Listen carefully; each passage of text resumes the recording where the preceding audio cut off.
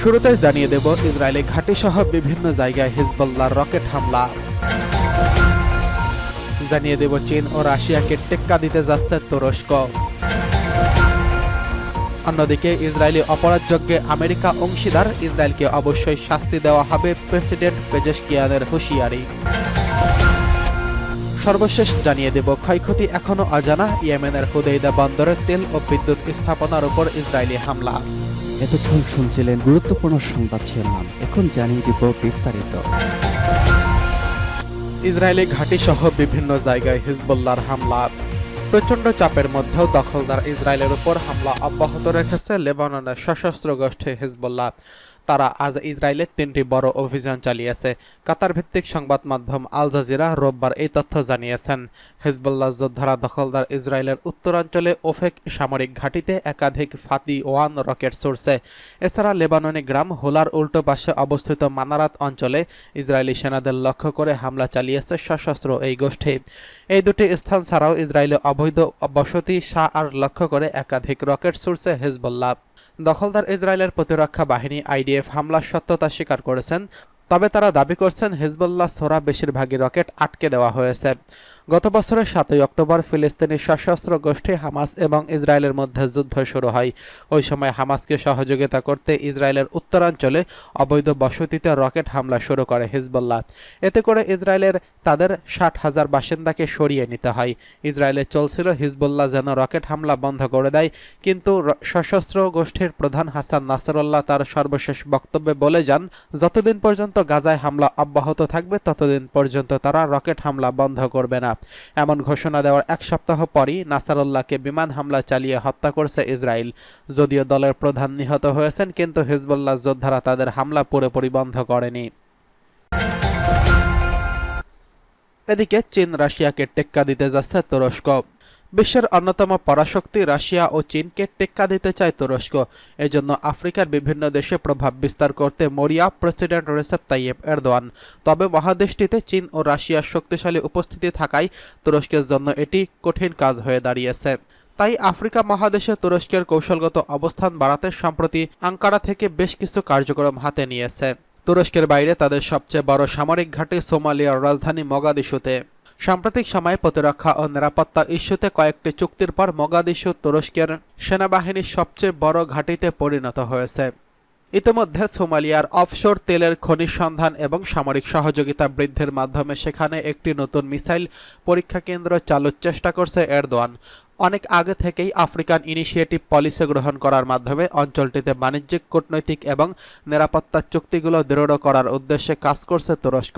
এই নীতির অধীনে অর্থনৈতিক উদ্দেশ্য বাস্তবায়নে এরদোয়ান সরকার বড় ধরনের পরিকল্পনা গ্রহণ করছেন।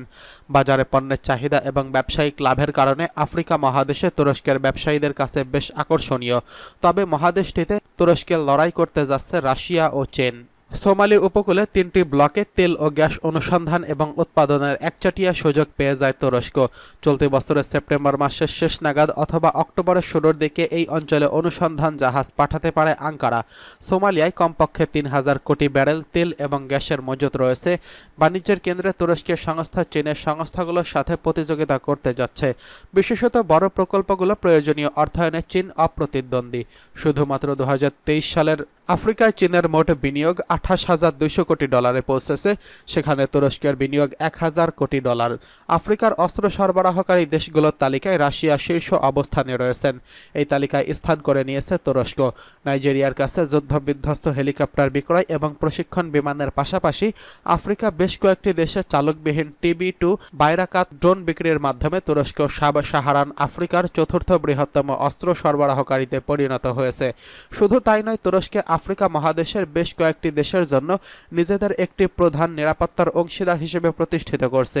দেশটির সংসদ সম্প্রতি সন্ত্রাসবাদের বিরুদ্ধে আভ্যন্তরীণ নিরাপত্তা জোরদার করার লক্ষ্যে সোমালিয়ায় 2 বছরের মধ্যে সামরিক বাহিনীর মোতায়েনের আইন অনুমোদন করছেন। আফ্রিকা মহাদেশে তুরস্কের নতুন এই উত্থানে মাথা ব্যথা বাড়ছে চীন ও রাশিয়ার। ইসরায়েলকে অবশ্যই শাস্তি দেওয়া হবে, কঠোর হুঁশিয়ারি পেজেশকিয়ানের। ইসরায়েলি অপরাধযজ্ঞে আমেরিকা অংশীদার। ইরানের প্রেসিডেন্ট বলছেন, ইহুদিবাদী ইসরায়েলকে সিদ্ধান্তমূলক শাস্তি দেওয়া এখন তেহরানের জন্য অবশ্যম্ভাবী বিষয়ে পরিণত হয়েছে। তিনি গতকাল মন্ত্রিসভার এক বৈঠকে ইহুদিবাদী বাহিনীর হাতে লেবাননে হিজবুল্লাহর প্রধান সৈয়দ হাসান নাসরুল্লাহ শাহাদাতের কঠোর নিন্দা জানান। আমেরিকা সহ সরবরাহ করা বাংকার ব্লাস্টার বোমা নিক্ষেপ করে সৈয়দ হাসান নাসরুল্লাহকে হত্যা করা হয়েছে বলে তিনি উল্লেখ করেছেন। পেজেশকিয়ান বলেন, এই অপরাধযোগ্য প্রমাণ করছে যে ইহুদিবাদী অপরাধী চক্র কোনো আন্তর্জাতিক আইন বা রীতিনীতি মেনে চলতে বাধ্য নয়। তিনি বলেন, ইসরায়েলের অপরাধযোগ্য গ্রহণযোগ্য নয় এবং এসব অপরাধের অবশ্যই জবাব দেওয়া হবে।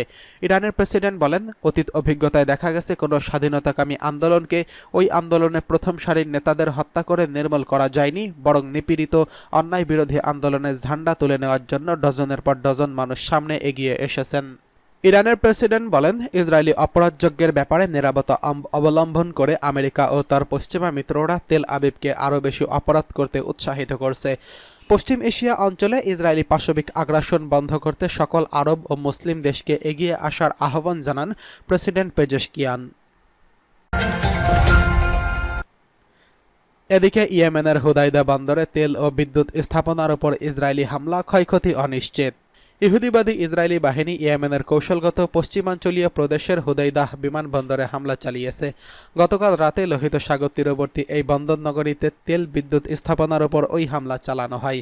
ইহুদিবাদী বাহিনীর এক বিবৃতিতে জানিয়েছে, রোববার এটির যুদ্ধ বিমানগুলো হুদাইদার রাশ ইশা বন্দর, আল হাদি এবং আল খাতিব বিদ্যুৎ কেন্দ্র এবং ওই এলাকায় ইয়েমেনের আনসারুল্লাহ প্রতিরোধ আন্দোলনের কিছু স্পর্শকাতর স্থাপনায় হামলা চালিয়েছে।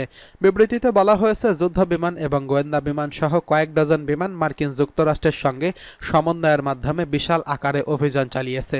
হুদাইদার অধিবাসীরা বলছেন, ইহুদিবাদী ইসরায়েলি হামলার পর বন্দরে বেশিরভাগ অংশের বিদ্যুৎ সংযোগ বিচ্ছিন্ন হয়ে গেছে। তবে এসব হামলায় হতাহতের সংখ্যা সম্পর্কে তাৎক্ষণিক কোনো খবর পাওয়া যায়নি।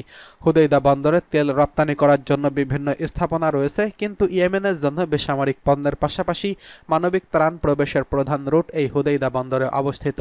এর আগে গত জুলাই মাসে এই বন্দর নগরীতে ইহুদিবাদী যুদ্ধ বিমানের হামলায় 9 জন নিহত হয়েছেন এবং 87 জন আহত হয়েছেন।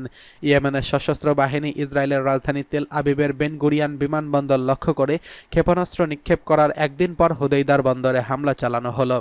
লেবাননের প্রধানমন্ত্রী নাজিব মিকাতি আরও বলেছেন, ইসরায়েলের অব্যাহত বিমান হামলার কারণে দেশ জুড়ে 10 লাখেরও বেশি মানুষ ইতোমধ্যেই ঘরবাড়ি ছাড়তে বাধ্য হয়ে থাকতে পারে। এটাই সবচেয়ে বড় বাস্তুচ্যুত হওয়ার ঘটনা। লেবাননের স্বাস্থ্য মন্ত্রণালয়ের তথ্য অনুযায়ী বৈরুতে হিজবুল্লাহ নেতা হাসান নাসরুল্লাহ হত্যার 2 দিন পর রোববারও বিমান হামলার 50 জন নিহত হয়েছেন। অন্যদিকে হিজবুল্লাহর উত্তরাঞ্চল লক্ষ্য করে আরও রকেট ছুড়ছে। ওইদিকে ইসরায়েলি বাহিনী জানিয়েছে, তারা ইয়েমেনে ইরান সমর্থিত হুতিদের সামরিক স্থাপনা লক্ষ্য করে বড় ধরনের বিমান হামলা চালিয়েছে। রোববার হিজবুল্লাহ তাদের শীর্ষ নেতাদের কমান্ডার আলী কাকারি এবং একজন সিরীয় ধর্মীয় নেতা